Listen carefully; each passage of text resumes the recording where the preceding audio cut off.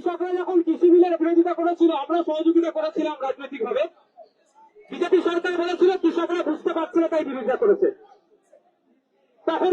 তখন কৃষকরা ভুলছিল। ঠিক ওয়াকফের মুসলমানদের জন্য নাকি ভালো করবে, কেমন ভালো করছে কয়েকটা প্রমাণ দিচ্ছি। বলা হচ্ছে যে ওয়াকফ যারা নতুন করে যদি কেউ ওয়াকফ করতে চায় 5 বছর তাকে ইসলাম ধর্মে দীক্ষিত হয়ে আছে প্রমাণ দিতে হবে। তাই সার্টিফিকেটটা কে দেবে? এদের হাস্যস্যকর এই ধরনের অ্যামেন্ডমেন্ট নিয়ে এসেছে। বলা হচ্ছে সেকশন 107 যেটা আছে প্রিন্সিপাল অ্যাক্ট অফ 1995 এ বলা আছে যে লিমিটেশন অ্যাক্ট ওয়াকফের ক্ষেত্রে প্রযোজ্য নয়। লিমিটেশন অ্যাক্ট কি?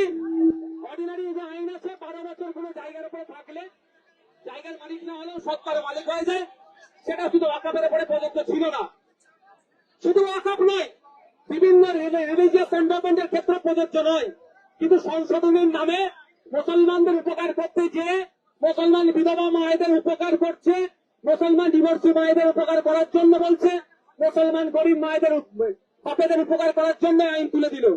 যে কেউ যে কোনো জায়গায় বসে গিয়ে ওয়াকফের বসে গিয়ে বলে যদি আমি 12 বছর আছি, ডিসপুটেড ল্যান্ড হয়ে গেল, মামলা হয়ে গেল, শুরু হয়ে যাবে। মামলার দিকে এগিয়ে দিল।